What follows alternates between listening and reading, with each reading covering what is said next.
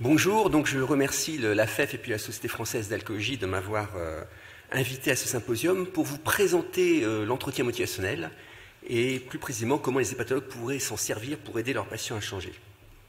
Pas de conflit d'intérêt. Alors, vous présenter l'entretien motivationnel en 20 minutes, c'était un peu une gageure. Et ce que j'espère à la fin de cet exposé, c'est que vous ayez vraiment appréhendé les principes de base. Et puis quand on fait de l'entretien motivationnel, et puis pour pouvoir quand même répondre à la question qui m'était posée dans mon sous-titre, vous montrer comment vous pourriez, je ne vais pas vous apprendre à faire l'entretien motivationnel en 20 minutes, mais utiliser le style motivationnel pour faire une intervention brève. Et enfin, vous donner envie de vous former à cette technique très, très intéressante. Alors, parmi vous, il y en a beaucoup qui ont déjà entendu parler d'entretien motivationnel. Peut-être que quelques-uns ont déjà fait des formations. Bon, ceux-là verront que j'ai fait l'impasse sur beaucoup de techniques pour me concentrer sur l'essentiel. Et puis aussi que je me réfère aux dernières publications de Müller et Rolnick, ces deux psychologues qui ont construit la technique d'entretien motivationnel depuis les années 80 et qui l'ont fait vivre et évoluer parce que ça bouge toujours au cours du temps. Alors, de quoi parle-t-on? On parle de changement. Et on sait tous que changer une habitude, changer un comportement, c'est difficile. Qui d'entre nous ne s'est pas dit ça y est, je vais aller faire du sport tous les mardis. Et puis oui, il y a plein d'avantages à le faire. Hein. On va être en meilleure forme physique, on va être content de soi. Et puis il y a aussi beaucoup de difficultés, hein, parce qu'à la fin de sa journée de travail, prendre son vélo pour aller à la salle de sport, eh bien, c'est pas simple. Et donc, cette hésitation finalement entre les avantages à changer et les inconvénients à changer, c'est ce qu'on nomme l'ambivalence. Alors c'est intéressant de savoir que dans les années 80, d'autres psychologues bien connus, Prochaska et Di Clemente, ont décrit ça sous le nom de stade contemplatif. Ce qu'il faut comprendre, c'est que nos patients, ils savent bien ce qu'il faudrait faire pour la plupart. Hein. Ils ont tous cette petite voix dans la tête qui leur dit « ben oui, il faudrait que tu changes ». En entretien motivationnel, on appelle ça le discours changement. Hein. Les problèmes que ça entraîne, ils se le disent. Les avantages qu'il y aurait à le changer, ils se le disent. La confiance qu'ils pourraient avoir en eux à arriver à changer, ça leur parle. Mais il y a aussi un autre petit démon qui est le discours maintien, qui est l'avantage qu'ils ont à consommer, le sens de leur consommation, l'aide que ça leur apporte, les inconvénients qu'ils voient à changer, et puis le défaitisme. J'ai déjà essayé, je n'ai pas réussi, je n'y arriverai jamais. Mais ça, le patient, la plupart, ils le savent déjà. Hein. Face à ce changement, on a le style directif, hein, ce qu'on connaît tous bien en médecine. Alors, ça part de l'hypothèse que pour faire changer une personne, il suffit de lui dire pourquoi il faudrait qu'il change, les avantages à changer, les inconvénients, et qu'avec un coup de baguette magique, il va changer. Alors, on ne peut pas dire que ça marche jamais. Hein. Ça marche à peu près chez une personne sur 20. Hein. C'est pas beaucoup, c'est pas nul, mais c'est pas suffisant. Et pourquoi ça ne marche pas? Ben parce qu'on se heurte à deux phénomènes. Le premier phénomène, c'est celui de l'esprit de contradiction. On connaît tous ça, on est tous pareils, on est des humains. Vous mettez deux personnes dans une salle, avec un sujet un peu polémique, avec deux alternatives, et bien tout naturellement, il y a quelqu'un qui va prendre le parti d'une alternative, l'autre va prendre le contre-pied, les arguments vont s'enchaîner, l'atmosphère va se tendre un petit peu. Ça, c'est humain. On connaît tout ça dans notre vie personnelle, professionnelle, etc. Et puis le deuxième phénomène, c'est l'auto-persuasion. Ça veut dire quoi? Ça veut dire qu'un être humain, il va plus croire ce que lui, il dit, que ce que disent les autres. Et plus il va dire des arguments contre le changement, et plus il va s'auto-persuader qu'il ne faut pas changer. Et c'est ça où le style directif, c'est pas seulement inefficace, la plupart du temps, c'est complètement contre-productif. En faisant argumenter le patient contre le changement, il va s'écouter encore plus et il va y croire de plus en plus. Donc, il fallait changer de style. Et l'essence d'entretien motivationnel, le principe de base d'entretien motivationnel, c'est que si le patient il connaît déjà tout ça, il ne faut pas lui dire nous-mêmes. Il faut essayer de le lui faire dire. En le lui faisant dire, il faut qu'il s'écoute lui-même argumenter pour le changement et qu'il s'auto-persuade d'aller vers le changement.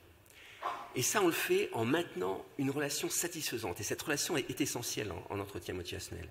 Et ces principes sous-tendent trois des quatre grands processus de l'entretien motivationnel. L'engagement de la relation, cette relation qui doit être extrêmement satisfaisante. La focalisation, c'est définir la direction du changement, et c'est le patient qui doit définir le changement et définir la direction, et nous l'aidons à définir cette direction.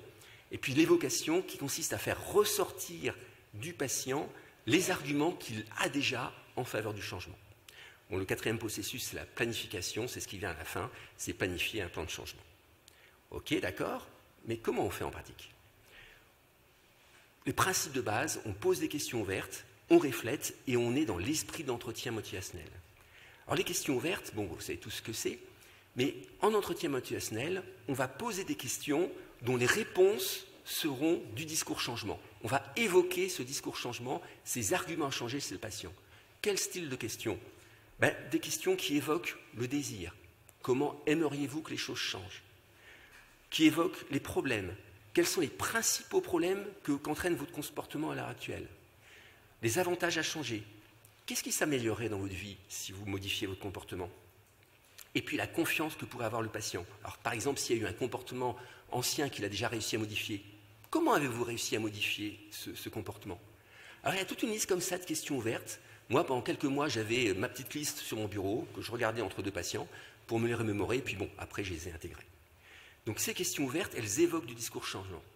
Et puis, on va refléter les réponses du patient. Qu'est-ce que c'est qu'un reflet? Redire ce que vient de dire le patient sur un ton affirmatif. Quels sont les avantages du reflet? Ça lui permet de réentendre son discours et son propre discours, de le préciser également et de mieux comprendre ce qu'il veut dire, et puis de le relancer. On reflète, et il continue la conversation. On ne dit jamais, nous, les arguments en faveur du changement, on les fait sortir du patient. Alors les reflets les plus simples, ils sont basiques, c'est vraiment redire ce que vient de dire le patient. Donc, il réentend son discours, ça le relance, après, on finit par tourner un peu en rond. Après, on va faire du reflet complexe, qu'on peut appeler aussi reformulation. Ça, c'est la compétence la plus difficile à acquérir. Ça s'acquiert vraiment avec l'expérience, avec le métier, et puis en regardant exactement ce qui se passe. Alors, pour vous donner un exemple extrêmement basique, un patient un reflet qu'on appelle les reflets amplifiés ou surévalués.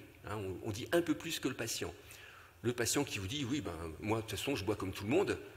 Ok, donc vous n'avez aucun problème avec votre consommation d'alcool. En lui disant ça, en surévaluant ce qu'il vient de vous dire, il y a une bonne probabilité pour qu'il vous dise oui, enfin, j'ai pas tout à fait dit ça, effectivement, ça m'arrive de. Et on va enchaîner. Ça vous arrive de quoi? Et à chaque fois, on ne dit rien, on n'argumente pas, on fait argumenter le patient. Donc, en fait, ce n'est pas un style directif, mais c'est quand même une technique directive, parce que nos questions et nos reflets, ils seront orientés, faire ressortir le discours changement. On ne va pas demander au patient qu'est-ce que vous aimez dans l'alcool, qu'est-ce que vous aimez dans faire la fête, etc. On ne va pas lui faire parler sur le plaisir qu'il a consommé. Non, ça, on va l'éluder. On ne va pas en parler.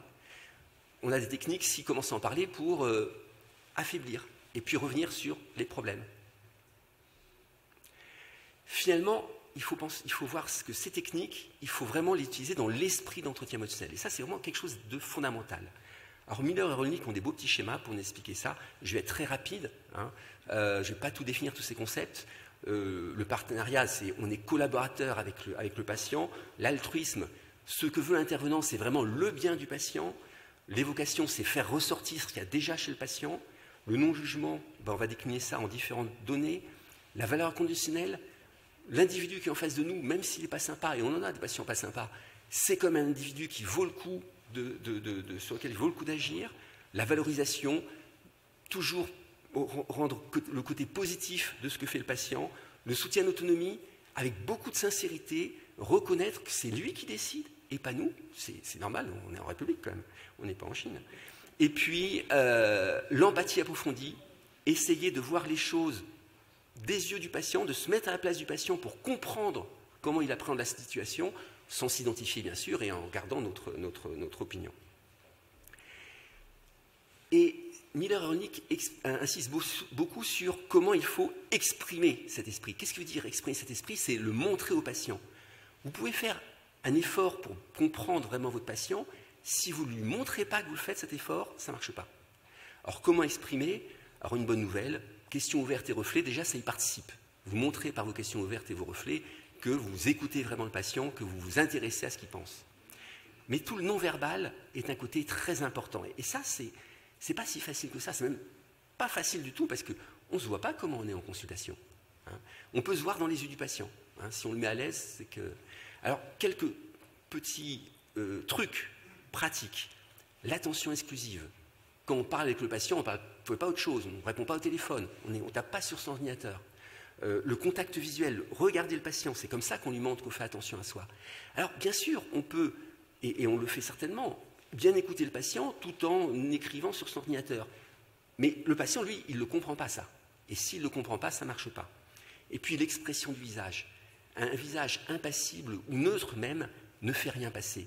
Et alors, ce que Miller-Rollnick propose, c'est de refléter dans son expression les émotions du patient. Un patient triste, on ne va pas sourire, on va être compatissant. Un patient détendu, il faut être détendu. Refléter l'émotion du patient, sauf une émotion qu'il vaut mieux pas refléter, c'est la colère. Alors, je vous ai donné les principes de base de l'entretien motivationnel. Maintenant, pour votre pratique courante, je me suis dit, j'allais essayer de vous donner quelque chose que vous pourriez faire à la fin de cet exposé, c'est une intervention brève de style motivationnel. Alors, l'intervention thérapeutique brève, on en fait tous. Hein. Chaque fois qu'on dit à un patient, vous avez une maladie du foie liée à l'alcool, il faut diminuer votre consommation, ou alors lié à vos problèmes métaboliques, il faut faire du sport et manger moins, et ça ira mieux, c'est une intervention brève.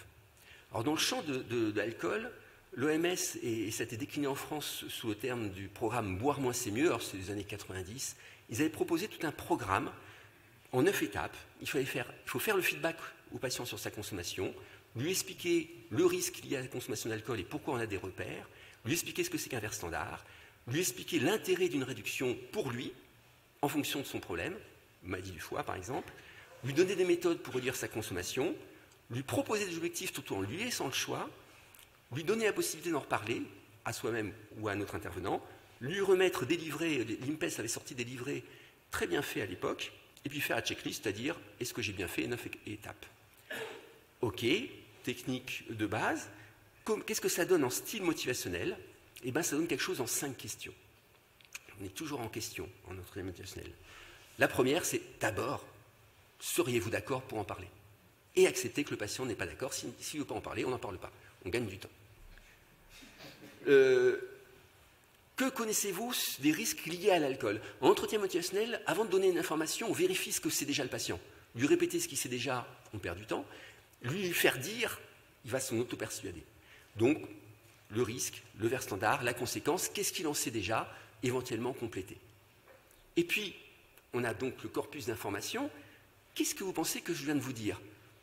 Si on vous dit, oui, bon, d'accord, mais de toute façon, moi, j'aime bien boire, et puis je considère que ce n'est pas un problème, ok, d'accord, on ne va pas plus loin. On accepte avec beaucoup de sincérité là où on est le patient. Mais s'il dit, ouais, oui, c'est vrai qu'il faudrait que je fasse quelque chose, qu'est-ce que vous pourriez faire? Les meilleures solutions, ce sont celles qui viennent du patient. Alors, s'il n'a aucune idée, on peut lui demander la permission pour lui donner quelques idées, mais souvent, très souvent, le patient va avoir des idées, et on va lui faire parler de ses idées. Qu'est-ce que vous pourriez faire? La dernière question, c'est la question d'engagement. Qu'est-ce que vous allez faire? Et parfois, on a un patient, il vous dit, il a toutes les idées, c'est super, qu'est-ce que vous allez faire? Ouais, je vais y réfléchir. Ok, il n'est pas prêt, on n'a pas l'engagement. Mais par contre, s'il vous dit, bon, je vais faire ça, il y a de bonnes chances qu'il le fasse réellement. Tout cela en respectant à chaque fois le choix du patient et avec beaucoup de sincérité. Si le patient vous dit, j'ai pas envie d'en parler, il faut, et le non-verbal est très important, lui faire comprendre que vous acceptez avec beaucoup de sincérité qu'il n'ait pas envie de changer, c'est son droit, c'est ça, c'est sa liberté, et que vous soutenez ça. D'accord, ce coup-ci, ça n'aura pas marché, mais il se sera rappelé que les soignants, ils peuvent respecter ça, et le fois d'après, ou la fois d'après, ou la fois d'après, peut-être que ça marchera. On est dans le long terme. Pour finir, comment se former à l'entretien motivationnel? Allez sur le site de l'association francophone de diffusion d'entretien motivationnel. Ils proposent des formations initiales de 2 jours. Franchement, qu'est-ce que c'est 2 jours dans votre vie? C'est 2 jours qui vont être vraiment extrêmement intéressants. Vous faire changer, ça marche beaucoup sur du jeu de rôle, sur de la mise en situation. Il faut redonner un peu de sa personne, hein, mais bon, c'est des petits groupes, c'est sympa. Et on n'apprend pas l'entretien motivationnel en 2 jours. On a une bonne introduction. Et puis après, c'est de l'auto-formation. Alors, les bouquins de Miller-Rollnick qui ont été traduits en français, ils sont très bien faits. Beaucoup d'exemples, beaucoup de dialogues. Ça a été mon livre de chevet pendant quelques mois. Et puis après, on introduit ça dans sa pratique. Et puis après, peut-être qu'on fait une deuxième session de formation au niveau 2. Et on peut vraiment progresser en entretien émotionnel, mais on peut toujours progresser en entretien motivationnel. Il faut à chaque fois se remettre en question. Ma conclusion, l'entretien motivationnel, c'est une technique qui vise à renforcer la motivation propre du patient et à l'engager dans le changement. Et pour ça, le respect du patient, le respect de sa liberté, la valorisation et l'empathie sont des éléments fondamentaux qu'il ne faut jamais oublier. Si on fait que de la question ouverte et du reflet sans qu'il y ait cet esprit, ce n'est pas suffisant.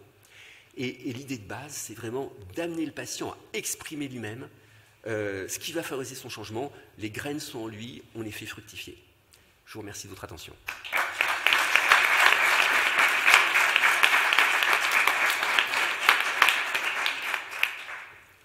Et on a peut-être le temps pour quelques questions. Oui, Romain, merci beaucoup.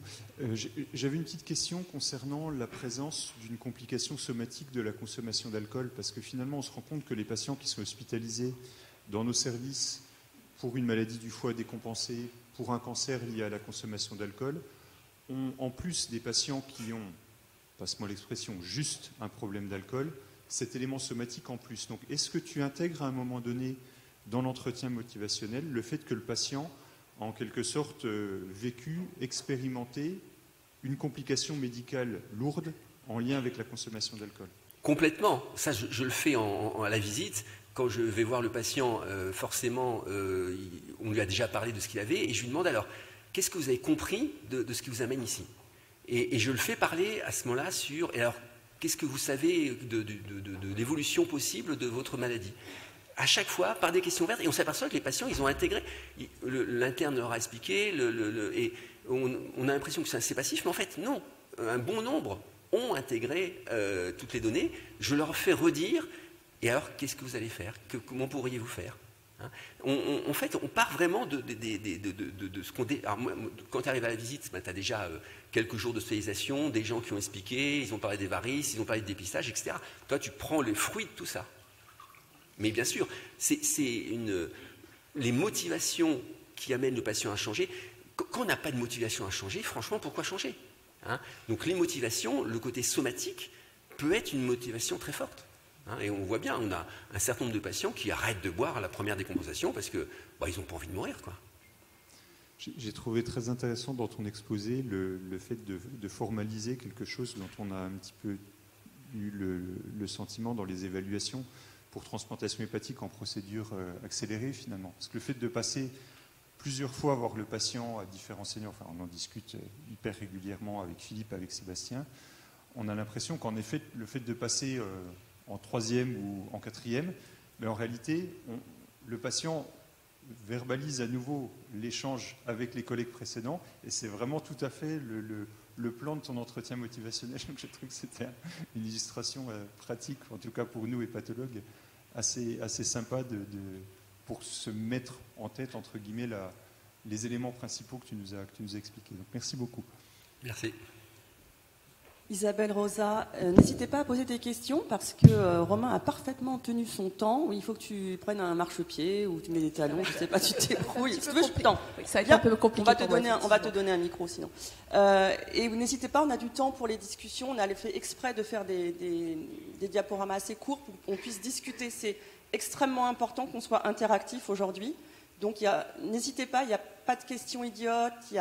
Voilà, allez-y. Merci Camille. Merci. J'avais deux petites réflexions pour lesquelles j'aimerais bien que vous nous éclairiez.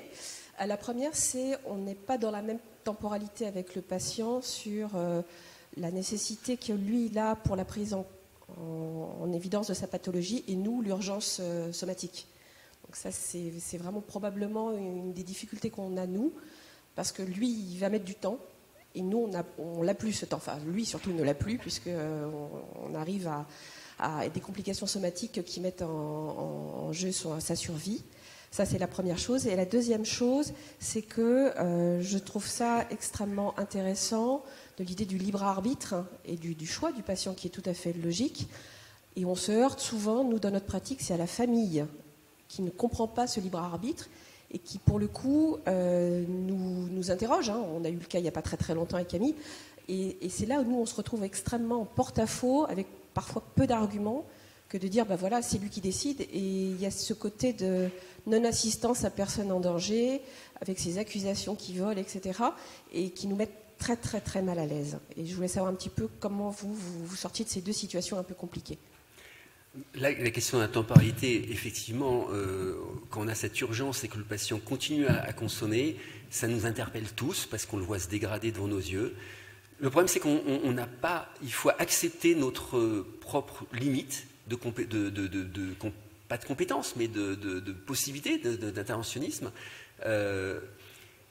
Si en montrant au patient qu'on respecte son libre arbitre, en lui donnant les termes d'alternative, mais en disant, mais après, c'est vous qui décidez, on limite, mais on n'empêche pas forcément les phénomènes de ce qu'on appelle la dissonance, c'est-à-dire le patient qui va vraiment essayer qui va être heurté par notre discours et qui donc va prendre le contre-pied, mais ça ne marche pas à tous les coups. Il faut accepter le fait que ça ne marche pas à tous les coups. Si ça marchait à tous les coups, l'entretien motivationnel, vous serez tous en train de faire de formation. Hein. Ça ne marche pas à tous les coups. Il y a des patients qui, parce que l'addiction est trop forte, hein, et malgré le risque vital, souvent ils vont masquer cette peur de la mort par le déni. Hein. Mais le déni, c'est quoi? C'est lutter contre une réalité insupportable. Je sais bien au fond de moi que je vais mourir et je ne peux pas arrêter de boire. Ben, je nie le fait que je vais mourir à cause de ma consommation d'alcool, parce que sinon c'est insupportable. J'ai quelques patients qui n'avaient plus de déni, et ils étaient très déprimés, parce qu'ils se disaient, ben oui, je ne peux pas arrêter de boire, je vais mourir à cause de ma consommation d'alcool, ben c'est dur. Hein. Il faut que nous, on accepte aussi que ça ne marche pas à tous les coups. Pour la famille, oui, c'est compliqué ça, la famille. Alors là, c'est plus en termes là, de résultats. Leur dire que contraindre la personne, ça ne marche pas, c'est pas efficace. On a essayé de le faire pendant des décennies et ça marche pas. La seule chance qu'on ait d'y arriver, et c'est pas du 100%, on n'y arrive pas tout le temps, mais la seule chance qu'on ait d'y arriver, c'est de passer par l'accord du patient, et que c'est la seule chance que ça marche, et que essayer de contraindre, ça ne marche pas, c'est pas efficace. Et c'est comme ça que je travaille avec eux. Et puis, je les oriente. On a nous, une psychologue dans le service, qui est là pour recevoir la famille en dehors du patient, même si c'est les patients qu'elle ne connaît pas, elle les reçoit, qu'on ne connaît pas, parce qu'il faut les soutenir. C'est dur pour eux aussi. Il faut les soutenir. Jean-Pierre, je te laisse la parole dans un instant. Je voudrais juste compléter, excuse-moi, le propos de Romain, avec deux petits trucs supplémentaires qu'on peut utiliser. Je reviens sur la diapositive concernant la motivation et l'empathie. En fait, l'empathie, dans l'entretien motivationnel, ce n'est pas quelque chose qui est de la sympathie ou de la compassion. En fait, c'est l'idée de se mettre à la place de l'autre. Et ça va être extrêmement important. Moi, il y a quelque chose que j'ai vraiment compris.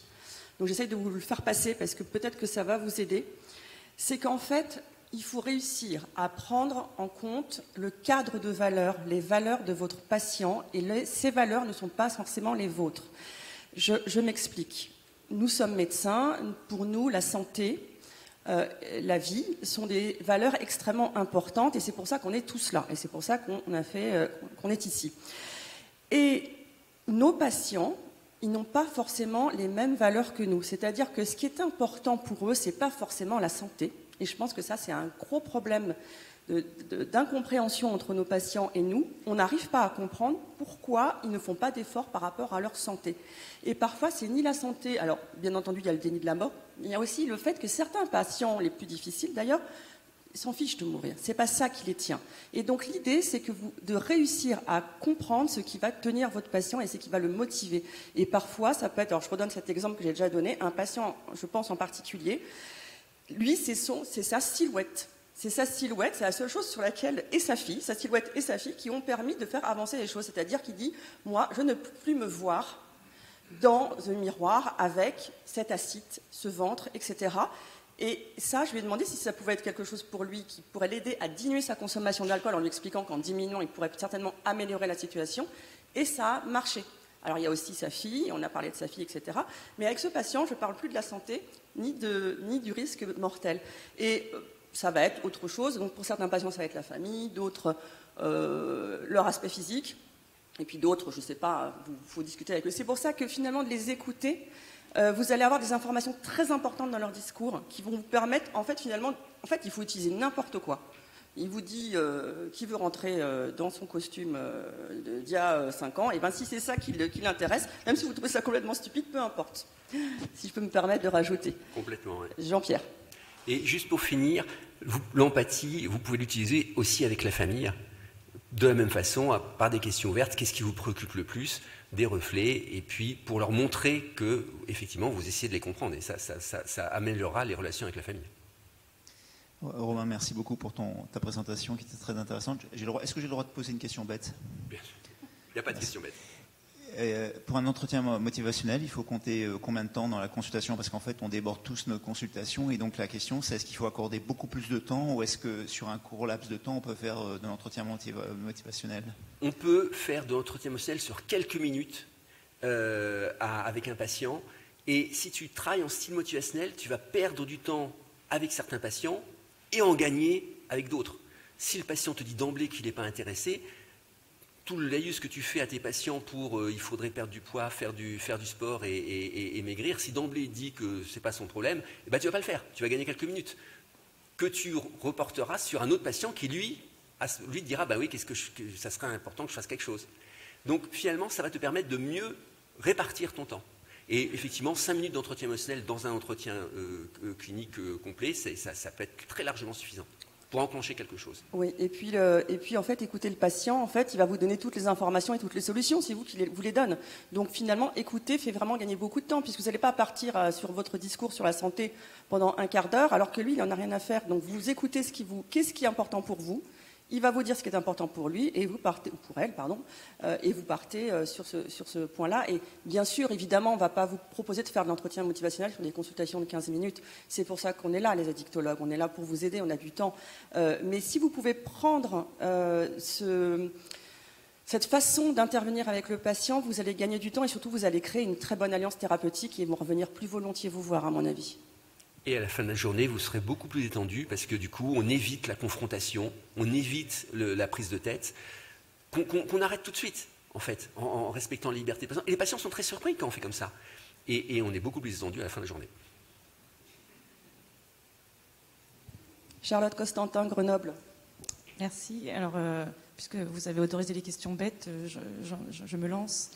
Moi, je suis séduite et j'essaye.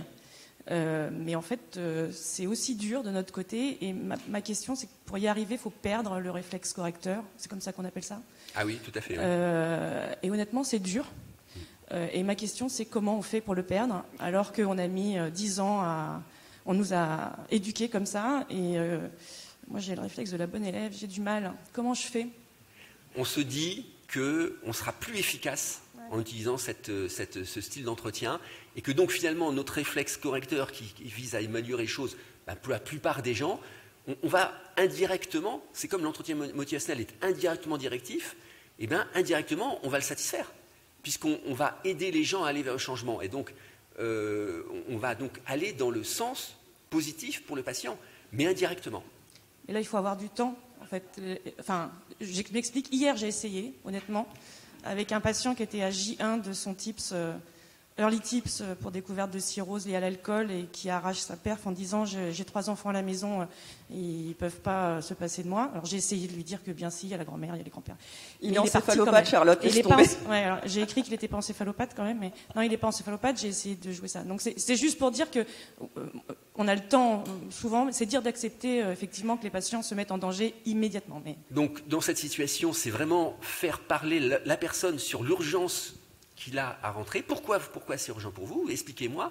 Ah ben oui, je comprends effectivement. Et puis admettre que c'est sa liberté et dire ok d'accord, eh bien vous sortez. On ne fait pas signer de pancarte, on fait pas non.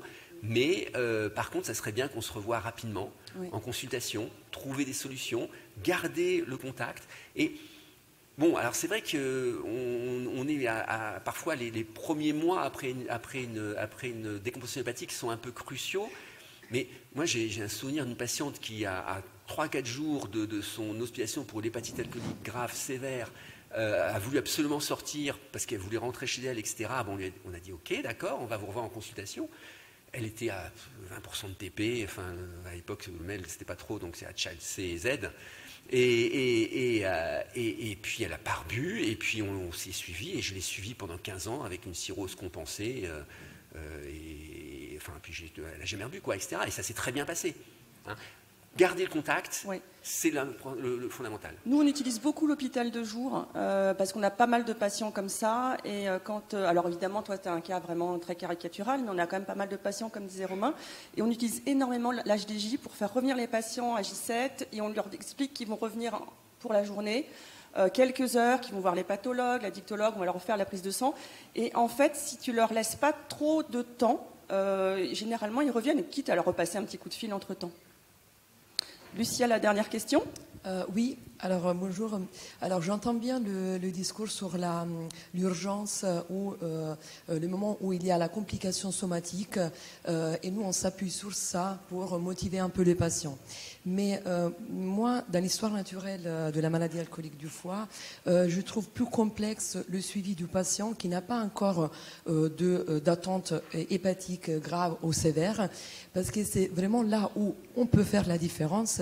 Et je trouve que l'entretien motivationnel, il est un peu plus complexe, parce qu'on ne peut pas s'appuyer encore sur un attente hépatique. J'ai des patients qui consomment beaucoup d'alcool et qui ont un bilan normal, et là je trouve que c'est encore plus compliqué. Est-ce que vous avez des conseils à nous donner? Alors, en fait, si le patient n'a aucune, si on ne lui fait exprimer aucune raison valable pour lui de changer, ben on n'est plus dans le stade d'ambivalence, on est au stade pré-contemplatif, et là, l'entretien motivationnel n'est pas vraiment fait pour ça.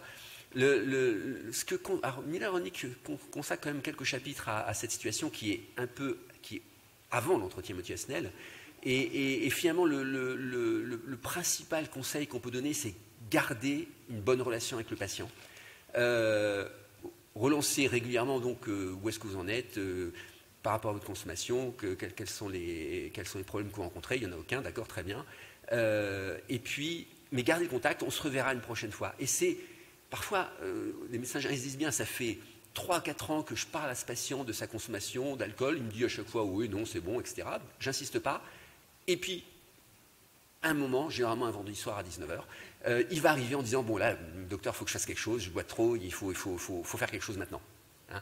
Et parce que, mais si le médecin ne lui en avait pas parlé pendant ces quelques années, le patient n'aurait pas osé lui demander de l'aide. Rien qu'en parlant et en acceptant sa liberté, on lui a montré qu'on était disponible, qu'on était prêt à l'aider, et c'est comme ça qu'on peut, des années après, intervenir. Je pense qu'on a largement dépassé notre temps, et donc on va arrêter là. Merci encore. beaucoup, Moirand. C'était professeur Moirand. C'était très, très... Excusez-moi, je suis troublée là. Hein, ça...